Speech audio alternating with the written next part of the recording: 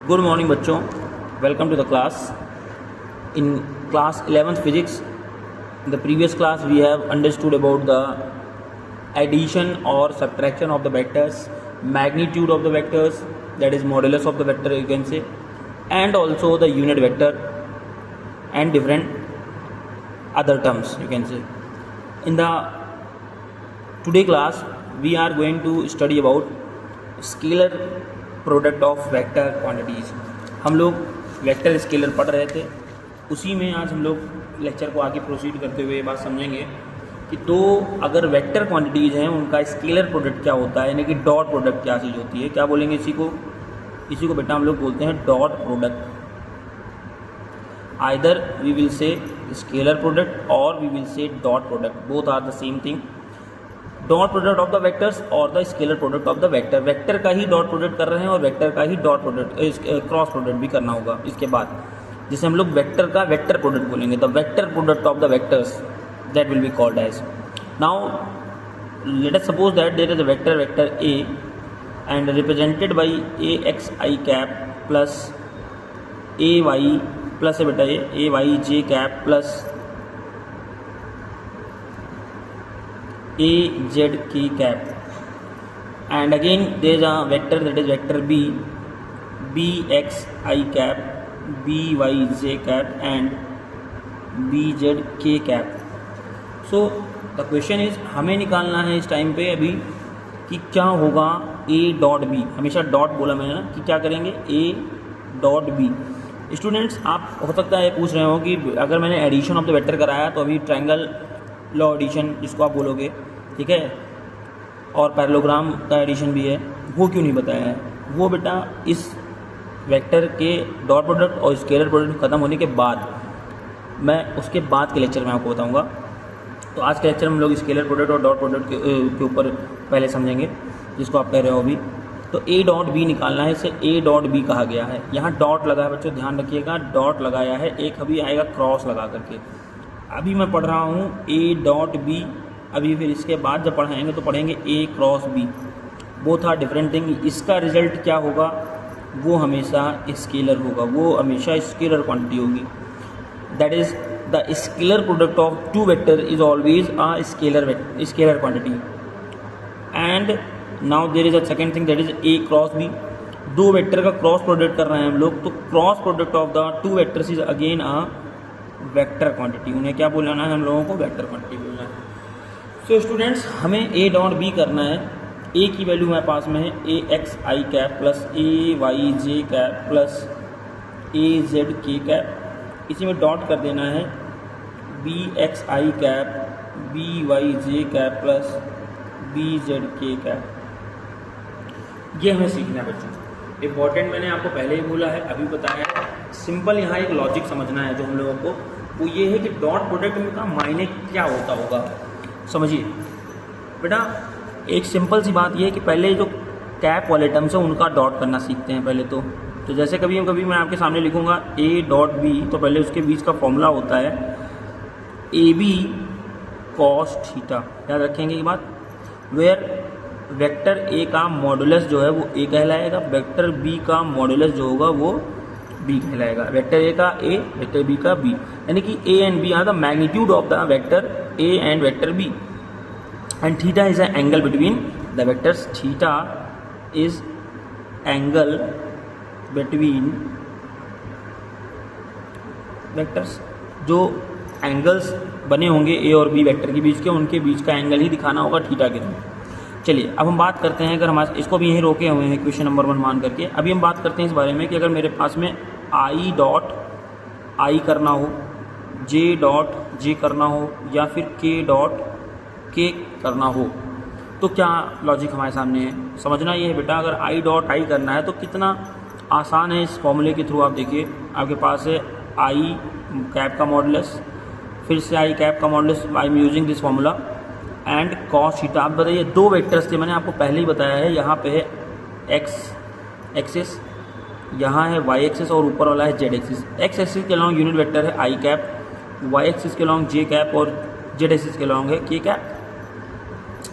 हम लोग क्या करेंगे, अगर मैं आई को इस वेक्टर, इसके अलावा कोई वेक्टर है और उसको उसी डायरेक्शन में करना है तो थीटा वहाँ पे कितना आएगा, थीटा 0 आएगा और कॉस 0 की वैल्यू होती है 1। और यूनिट वेक्टर्स मैंने बता रखा है, आई कैप हो या जे कैप हो या फिर के कैप हो, इन सभी वेक्टर्स के मैग्नीट्यूड तो हमेशा आपके पास 1 होने वाले हैं।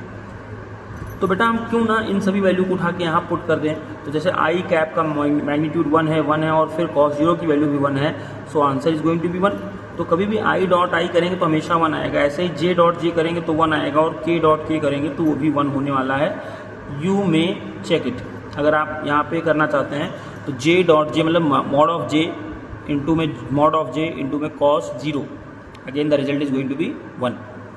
बच्चों का क्वेश्चन ये भी हो सकता है, अगर मुझे आई डॉट आई के बजाय आई डॉट जे मिल जाएगा तो, क्योंकि प्रोडक्ट तो जैसे बेसिक्स में किए हुए हैं आप कि पहले टर्म को पहले टर्म से, फिर पहले टर्म को दूसरे टर्म से, फिर पहले टर्म को तीसरे टर्म से प्लस लिखते हुए, फिर ऐसे ही दूसरे वाले को पहले से, दूसरे को दूसरे से, दूसरे को तीसरे से प्लस करते हुए, फिर तीसरे को पहले से, तीसरे को दूसरे से, तीसरे को तीसरे से, इसी तरीके से एडिशन करते आए हुए हम लोग। तो बच्चों अभी हम अगर लेते हैं कि इफ़ थीटा इज़ 90 डिग्री, क्योंकि 90 क्यों होगा, क्योंकि इसके अलावा अब आप कोई भी लेंगे, मतलब जैसे आप आई डॉट जे करना चाहें, जे डॉट के करना चाहें, आप के डॉट आई करना चाहें, इन सब में एंगल्स आप देख पा रहे होंगे, आई डॉट जे करें, आई डॉट के करें, के डॉट आई करें या जे डॉट के करें, हर जगह थीटा आपके पास 90 डिग्री है। तो आप देखिए तब के केस में क्या आएगा, mod of I cap mod of J cap into में कॉस 90 डिग्री। एंड आप जानते हैं आई डॉट की मतलब आई मॉड का वैल्यू 1 आएगा, जे मॉड की वैल्यू भी 1 ही आएगी, तो 1 into 1 that is going to be 1 और कॉस 90 की वैल्यू हो रही है 0, तो मल्टीप्लाई होकर आएगा, आंसर आएगा 0 ना। तो आई डॉट जे का मान हमेशा 0 आता है। सिमिलरली जे डॉट के डॉट आई। एक बात आपको मन में बिठा लेना है बेटा, जो आई है आई का आई से आंसर तो 1 आएगा, लेकिन आई का इसके अलावा जे से करेंगे के से करेंगे तो 0 आएगा। सिमिलरली जे का आई से करेंगे 0, जे का के से करेंगे 0, जे का जे से करेंगे 1। तो बच्चा अब हम लोग इसका जो ए वैल्यू था और बी का वैल्यू था इसको मल्टीप्लाई करने की सीखते हैं। तो देखिए vector A dot vector B की वैल्यू जो है हम लोग रखते हैं यहाँ पे। वेक्टर ए में मैंने बोला कि पहले टर्म को पहले टर्म से, फिर पहले को दूसरे से, पहले को ही तीसरे से करना है प्रोडक्ट। तो क्या आएगा, ए एक्स आई का आई से प्रोडक्ट हो रहा है, देखिएगा ए एक्स बी एक्स, पहले टर्म को पहले टर्म से करेंगे तो a x B x into में क्या आएगा, i cap dot i cap plus, फिर सिमिलरली ऐसे ही करेंगे हम लोग तो क्या आएगा आपके पास।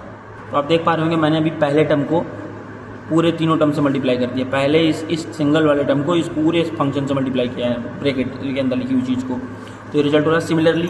So students you can clearly see that हमने क्या किया है, मैंने सारे टर्म्स को इसको इससे, इसको इससे, इसको इससे मल्टीप्लाई किया, फिर सिमिलरली इस वाले पूरे टर्म को इससे, इसको इससे, इसको इससे, सिमिलरली अगेन इसको इससे, इसको इससे एंड इसको इससे मल्टीप्लाई करते हुए आप देखिए रिजल्ट मेरे पास आएगा। ये मल्टीप्लाई करना आपको क्लास 8 या 7 में ही बताया गया है। अब बच्चों मुझे यही जो ऊपर मैथमेटिक्स मैंने अभी आपको सिखाई है ये वाली, यही मैथमेटिक्स आपको अप्लाई कर देना है and you will definitely get a good result या एक्सपेक्टेड रिजल्ट।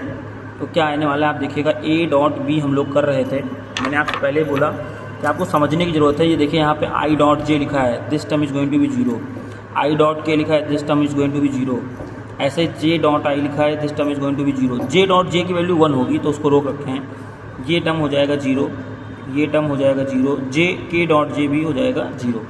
तो बचेगा क्या टर्म, देखिए आपके पास में बचेगा ए एक्स बी एक्स, ये सुपर स्क्रिप्ट में ना होकर सब स्क्रिप्ट में लगाया गया एक्स है, I dot i cap, I dot i cap, ये दोनों ही कैप लगा के हैं, फिर प्लस यहाँ से जो टर्म बचा है यहाँ पे आएगा a y b y j dot j cap, फिर ऐसे ही a z b z k dot k cap. तो बच्चों समझने की ज़रूरत तो यही है ना हमें कि आई डॉट आई का वैल्यू 1 था, ऊपर देखिए हमने लिख रखा है आई डॉट आई 1 है, जे डॉट जे 1 है और के डॉट के 1 है।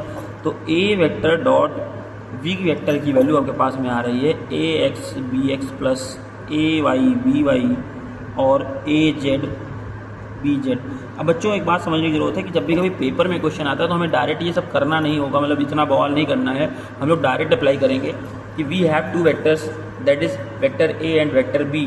आप सिंपली क्या करेंगे, आई को आई से मल्टीप्लाई करिए, that is going to be A x B X, आप जे को जे से मल्टीप्लाई करेंगे, आपके पास आएगा a y b y and coefficient के से मल्टीप्लाई करिए ए जेड बी जेड, तो answer is going to be a z into b z, और सारे टर्म तो वैनिश होने हैं। तो ये बात हमें बहुत क्लियर पता थी।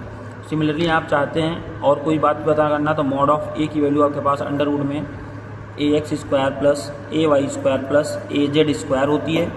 मॉड ऑफ बी की वैल्यू आप देखेंगे तो ऊपर वाले वेक्टर से ही जो हमारे पास ये वेक्टर है यहीं से वैल्यू निकाली जा रही है बच्चों। वेक्टर बी की वैल्यू होने वाली है मॉड ऑफ में bx² plus by² plus bz²। बेटा आपको एक रिजल्ट अभी भी मैंने बता रखा है, a डॉट बी की वैल्यू होती है ab cos theta. If in the question वो आपसे थीटा के बारे में जानना चाहता है तो cos थीटा का वैल्यू होगा a डॉट बी अपॉन में a into B. You know that a is the modulus of vector a, b is the modulus of vector b। So this is the result. Thank you बच्चों, have a nice day.